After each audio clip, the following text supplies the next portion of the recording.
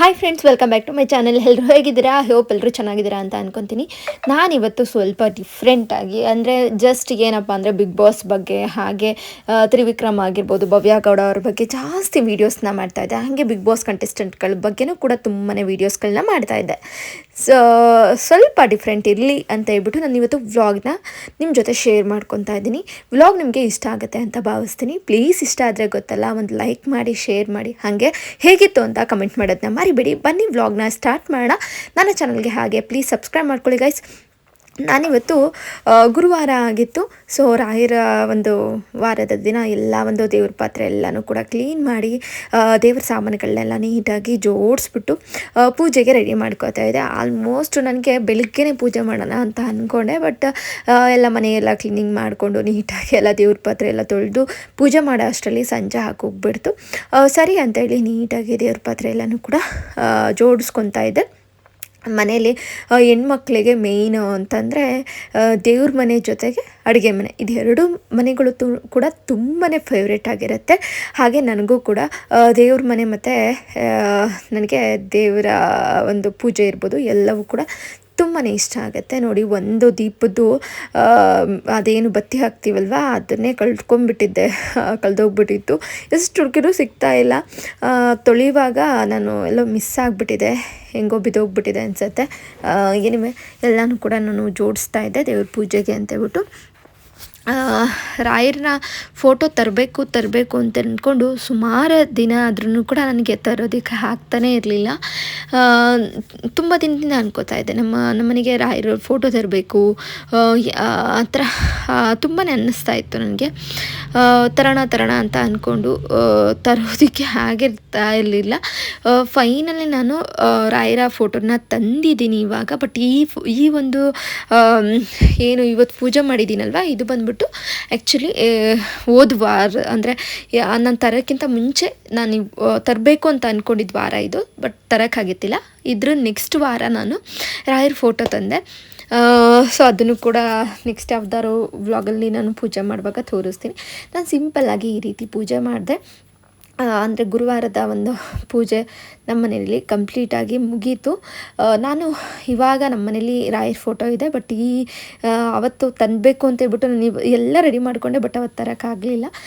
Finally ನಾನು ಪೂಜೆ ಎಲ್ಲ ಮುಗಿಸಿ ಸಂಜೆ ಆಗಿತ್ತಲ್ವ, ಸೊ ರೆಡಿ ಆಗಿಬಿಟ್ಟು ದೇವಸ್ಥಾನಕ್ಕೆ ಹೋಗ್ಬರೋಣ, ರಾಯರ ಮಠಕ್ಕೆ ಹೋಗ್ಬರೋಣ ಅಂತ ಅಂದ್ಕೊಂಡು ರೆಡಿಯಾಗಿದೆ. ನನ್ನ ಮಗನೂ ಕೂಡ ಕರಿತಾ ಇದ್ದೆ. ಅವನು ಸ್ವಲ್ಪ ಬರ್ಕೋಬೇಕು, ಆಗೋದಿಲ್ಲ ಬರೋಕ್ಕೆ ಅಂತ ಇದ್ದ. ಸರಿ ಅಂತೇಳಿ ನಾನು ಕೂಡ ರೆಡಿ ಆಗಿಬಿಟ್ಟು ಹೊರಟೆ ದೇವಸ್ಥಾನಕ್ಕೆ. ಏನೋ ಒಂಥರ ನೆಮ್ಮದಿ ಅನಿಸುತ್ತೆ. ಏನೇ ಕಷ್ಟಗಳಿದ್ರು, ಏನೇ ಇದ್ದಿದ್ರು ಕೂಡ ರಾಯರ ಮಠಕ್ಕೆ ಹೋಗಿ ಬಂದರೆ ಸ್ವಲ್ಪ ರಿಲೀಫ್ ಅನಿಸುತ್ತೆ ನನಗೆ ಎಸ್ಪೆಷಲಿ. ಸೊ ಹಂಗಾಗಿ ಒಂದು 2 ವಾರದಿಂದ ಹೋಗೋಕ್ಕಾಗಿರಲಿಲ್ಲ. ಸೊ ಈಗ ಫೈನಲಿ ನಾನು ಹೋಗ್ತಾ ಇದ್ದೀನಿ. ನನ್ನ ಮಗಳು ಕೂಡ ಬರ್ತಾ ಇದ್ದಾಳೆ. ನಾನು ಸಿಂಪಲ್ಲಾಗಿ ಈ ರೀತಿ ರೆಡಿಯಾಗಿದ್ದೆ ಅಷ್ಟೇ. ಅದನ್ನು ಕೂಡ ನಿಮಗೆ ವಿಡಿಯೋನ ಶೇರ್ ಮಾಡ್ಕೊತಾ ಇದ್ದೀನಿ. ನನಗೆ ವ್ಲಾಗ್ ಮಾಡಬೇಕು ಅಂತ ಇಷ್ಟ, ಬಟ್ ವ್ಯೂಸ್ಗಳೇನು ಗೊತ್ತಾ, ಅಷ್ಟೊಂದು ವ್ಯೂಸೇ ಬರೋದಿಲ್ಲ. ಈ ಥರ ವ್ಲಾಗ್ಸ್ಗಳಿಗೆಲ್ಲ ವ್ಯೂಸ್ ಬರೋದಿಲ್ಲ. ಹಾಗಾಗಿ ನಾನು ಜಾಸ್ತಿ ಅಂದರೆ ಈಗ ಒಂದು ವ್ಲಾಗ್ನ ಏನು ಕ್ರಿಯೇಟ್ ಮಾಡಬೇಕಂದ್ರೆ ಅದ್ರ ಹಿಂದೆ ಎಷ್ಟು ಶ್ರಮ ಇರುತ್ತೆ ಅಂದರೆ ಮನೆಯೆಲ್ಲನೂ ಶೂಟ್ ಮಾಡ್ಕೊಬೇಕು, ಪ್ರತಿಯೊಂದೂ ಮಾಡಬೇಕಾಗತ್ತೆ. ಸೊ ಹಾಗಾಗಿ ನಾನು ಅಷ್ಟೊಂದು ಇದು ಮಾಡಿದ್ರೂ ವ್ಯೂಸ್ ಬರಲಿಲ್ಲ ಅಂದರೆ ಅಷ್ಟೊಂದು ಟೈಮ್ ವ್ಯರ್ಥ ಆಗುತ್ತಲ್ವ. ಅಷ್ಟೊಂದು ಟೈಮಿಂದ ನಾನು ವಿಡಿಯೋ ಮಾಡಿ ಅದನ್ನು ಎಡಿಟಿಂಗ್ ಮಾಡಿ ಹಾಕಿದ್ರೂ ನೋಡೋರಿಲ್ಲ ಅಂತಂದರೆ ಪ್ರಯೋಜನ ಎಲ್ಲ ಕಾರಣಕ್ಕೋಸ್ಕರ ನಾನು ವಿಡಿಯೋನ ಹಾಕಿರ್ತಿರ್ಲಿಲ್ಲ ಅಷ್ಟೇ. ಸೊ ಇವಾಗ ನಾವು ನೆಡ್ಕೊಂಡು ಹೋಗ್ತಾ ಇದ್ದೀವಿ. ನಮ್ಮ ರಾಯರ ಮಠದ ಮುಂದೆ ಸ್ವಲ್ಪ ಆಲ್ಟ್ರೇಷನ್ ಎಲ್ಲ ಮಾಡ್ತಾಯಿದ್ರು. ಸೊ ಅದನ್ನು ನೋಡಿದೆ. ಇಲ್ಲಿ ನನಗೆ ಫ್ರೆಂಡ್ ಸಿಕ್ಕಿದ್ಲು. ಅಂದರೆ ನಮ್ಮ ಮನೆ ಎದುರುಗಡೆನೇ ಇದ್ದರು ಇವರು ಫಸ್ಟು. ಈಗ ಬೇರೆ ಕಡೆ ಮನೆ ಮಾಡಿಕೊಂಡು ಇದ್ದಾರೆ. ಸೊ ಅವರು ಕೂಡ ಮಠಕ್ಕೆ ಬಂದಿದ್ರಲ್ವ, ಅವರನ್ನು ಕೂಡ ಮಾತಾಡಿಸ್ಕೊಂಡು ನಮ್ಮ ಅಕ್ಕ ಕೂಡ ಬಂದಿದ್ಲು. ನಮ್ಮ ಅಕ್ಕಂಗೆ ಕ್ಲೋಸ್ ಫ್ರೆಂಡು, ನನಗೂ ಕೂಡ ಫ್ರೆಂಡು, ಬಟ್ ಅಷ್ಟೊಂದು ಕ್ಲೋಸ್ ಏನಿರ್ತಿಲ್ಲ. ಬಟ್ ಇವಾಗ ಸ್ವಲ್ಪ ದೂರ ಹೋದ್ಮೇಲೆ ಫ್ರೆಂಡ್ ಜಾಸ್ತಿ ಅಂದರೆ ಕನೆಕ್ಷನ್ ಜಾಸ್ತಿ ಆಗುತ್ತೆ ಅಂತಾರಲ್ಲ, ಆ ರೀತಿ. ನಮ್ಮ ರಾಯರ ಮಠದಲ್ಲಿ ಗುರುವಾರದ ದಿನ ಎಷ್ಟು ಚಂದ ಡೆಕೋರೇಷನ್ ಇರುತ್ತೆ ಅಂದರೆ, ನಮ್ಮ ರಾಯರ ಮಠ ನೋಡೋದಕ್ಕೆ ಒಂಥರ ಹಬ್ಬದ ವಾತಾವರಣ ಥರ ಇರುತ್ತೆ. ಆ ಒಂದು ಬಾಳೆ ಕಂದಿರ್ಬೋದು, ಎಲ್ಲವನ್ನು ಕೂಡ ಡೆಕೋರೇಷನ್ ಮಾಡಿರೋದಿರ್ಬೋದು, ಎಲ್ಲನೂ ಕೂಡ ತುಂಬಾ ಚೆನ್ನಾಗಿರುತ್ತೆ ಅಂತ ಅನ್ನಿಸ್ತು. ಇಷ್ಟು ಜನ ಇರ್ತಾರೆ ಅಂದರೆ ಗುರುವಾರ ಅಷ್ಟು ಜನ ಇರ್ತಾರೆ. ಕೂತ್ಕೊಂಡು ದೇವರ ನೋಡೋದಕ್ಕೆ ಒಂಥರ ಆನಂದ ಅನಿಸುತ್ತೆ ರಾಯರನ್ನ ನೋಡಿ. ನಾನು ಕೂಡ ದೇವರ ಒಂದು ಆರತಿನ ತಗೊಂಡು ಮಂಗಳಾರತಿ ತಗೊಂಡು ಅದಾದಮೇಲೆ ದೇವರಿಗೆಲ್ಲ ಕೈ ಮುಗ್ದು 3 ರೌಂಡು ದೇವರ ಒಂದು ಸುತ್ತ ಬಂದು ಅದಾದಮೇಲೆ ಸ್ವಲ್ಪ ಹೊತ್ತು ಅಲ್ಲೇ ನಾವು ದೇವರ ಒಂದು ಮುಂದೆ ಕೂತ್ಕೊಂಡು ಧ್ಯಾನ ಮಾಡಿ ಅದಾದಮೇಲೆ ನಮ್ಮ ಫ್ರೆಂಡ್ಸ್ ಏನಿದ್ರಲ್ವ ಅವ್ರ ಜೊತೆ ಒಂದು ಸ್ವಲ್ಪ ಮಾತಾಡ್ಕೊಂಡು, ಅಂದರೆ ಸುಮಾರು ದಿನ ಆಗಿತ್ತಲ್ವ ಸಿಕ್ಕಿ, ಸೊ ಹಂಗಾಗಿ ಅವ್ರ ಜೊತೆನೂ ಕೂಡ ಸ್ವಲ್ಪ ಹೊತ್ತು ಮಾತಾಡಿ ಅದಾದಮೇಲೆ ಮನೆಗೆ ಬಂದೆ. ಸುಮಾರು ವ್ಲಾಗ್ಸ್ಗಳಿದೆ ಗೈಸ್, ಎಷ್ಟೊಂದು ವ್ಲಾಗ್ಸ್ಗಳನ್ನ ಮಾಡ್ಕೊಂಡಿದ್ದೀನಿ, ಬಟ್ ಎಡಿಟಿಂಗೇ ಮಾಡಲ್ಲ, ವೀಡಿಯೋನೂ ಅಪ್ಲೋಡ್ ಮಾಡೋಕ್ಕಾಗ್ತಿಲ್ಲ. ಇಷ್ಟ ನನಗೆ ವ್ಲಾಗ್ ಮಾಡೋಕ್ಕೆ, ಬಟ್ ಏನು ಮಾಡೋದು, ಎಡಿಟಿಂಗ್ ಮಾಡೋದು ಮಾತ್ರ ಕಷ್ಟ ಅಷ್ಟೇ. ಹಾಗಾಗಿ ಸುಮಾರಷ್ಟು ವ್ಲಾಗ್ ಪೆಂಡಿಂಗ್ ಉಳಿದಿದೆ. ಆದಷ್ಟು ಒಂದೊಂದೇ ವ್ಲಾಗ್ಗಳನ್ನ ಮಾಡಿರೋದೆಲ್ಲ ವೀಡಿಯೋ ಅಂತೂ ಮಾಡ್ತೀನಿ, ಅದಾದಮೇಲೆ ಎಡಿಟಿಂಗ್ ಮಾಡಿ ಅಪ್ಲೋಡ್ ಮಾಡೋಕ್ಕೆ ಲೇಝಿ ಆಗಿಬಿಡ್ತೀನಿ. ಹಾಗಾಗಿ ಈಗ ಸ್ವಲ್ಪ ಒಂದೊಂದೇ ವ್ಲಾಗ್ಗಳನ್ನ ಅಪ್ಲೋಡ್ ಮಾಡೋಣ ಅಂತ ಅಂದ್ಕೊಂಡಿದ್ದೀನಿ. ಇದು ಕಂಪ್ಲೀಟ್ಲಿ ಹೇಳ್ಬೇಕಂದ್ರೆ ಇದು ರಾಯರ ಒಂದು ಗುರುವಾರ ಆಗಿರೋದ್ರಿಂದ, ಸೊ ರಾಯರ ದಿನದ್ದೇನೆ ಏನು ನಾನು ವ್ಲಾಗ್ ಮಾಡ್ಕೊಂಡಿದ್ನಲ್ವ ಅದನ್ನೇ ಹಾಕೋಣ ಇವತ್ತು ಅಂದ್ಕೊಂಡು ಮನಸ್ಸು ಮಾಡಿ ವ್ಲಾಗ್ ಎಡಿಟಿಂಗ್ ಮಾಡಿ ನಾನು ಇವತ್ತು ಶೇರ್ ಮಾಡ್ಕೊತಾ ಇದ್ದೀನಿ. ಎಲ್ರಿಗೂ ಈ ವಿಡಿಯೋ ಇಷ್ಟ ಆಗುತ್ತೆ ಅಂತ ಭಾವಿಸ್ತಿದ್ದೀನಿ. ಅಲ್ಲಿ ಫೈನಲಿ ನಾನು ಅಕ್ಷತೆ ಮತ್ತು ತೀರ್ಥ ಎಲ್ಲನೂ ಇಸ್ಕೊಂಡು ಅದಾದಮೇಲೆ ನನ್ನ ಫ್ರೆಂಡ್ ಜೊತೆ ಮಾತಾಡೋಣ ಸ್ವಲ್ಪ ಹೊತ್ತು ಹಾಗೆ ಹಿಂಗೆ ಅಂತ ಅಂದ್ಕೊಂಡು ಮಾತಾಡ್ತಾಯಿದ್ವಿ. ಅವಳು ಕೇಳ್ತಾಯಿದ್ಲು, ಏನು ಸಪ್ರೇಟಾಗಿ ವೀಡಿಯೋ ಬೇರೆ ಮಾಡ್ತಾಯಿದ್ಯಾ, ಏನು ಸ್ಪೆಷಲ್ಲು, ಮತ್ತೆ ವ್ಲಾಗ್ ಸ್ಟಾರ್ಟ್ ಮಾಡಿದ್ಯಾ ಹಾಗೆ ಹೀಗೆ ಅಂತ ಮಾತಾಡಿಸ್ತಾ ಇದ್ಲು. ಅಂದರೆ ತುಂಬ ದಿನ ಆದಮೇಲೆ ಸಿಕ್ಕಿರೋದನ್ನ ಮಾತಾಡ್ತಾಯಿದ್ವಿ. ಹಾಗೆ ನಮ್ಮ ಅಕ್ಕನೂ ಕೂಡ ವೀಡಿಯೋ ಮಾಡಿಕೊಡ್ತಾಯಿದ್ಲು ಚೆನ್ನಾಗಿ. ಅಂದರೆ ನಮ್ಮ ಅಕ್ಕನ ಸಪೋರ್ಟ್ ಇರುತ್ತೆ, ಬಟ್ ನಾನೇ ಲೇಝಿ ಆಗಿಬಿಡ್ತೀನಿ.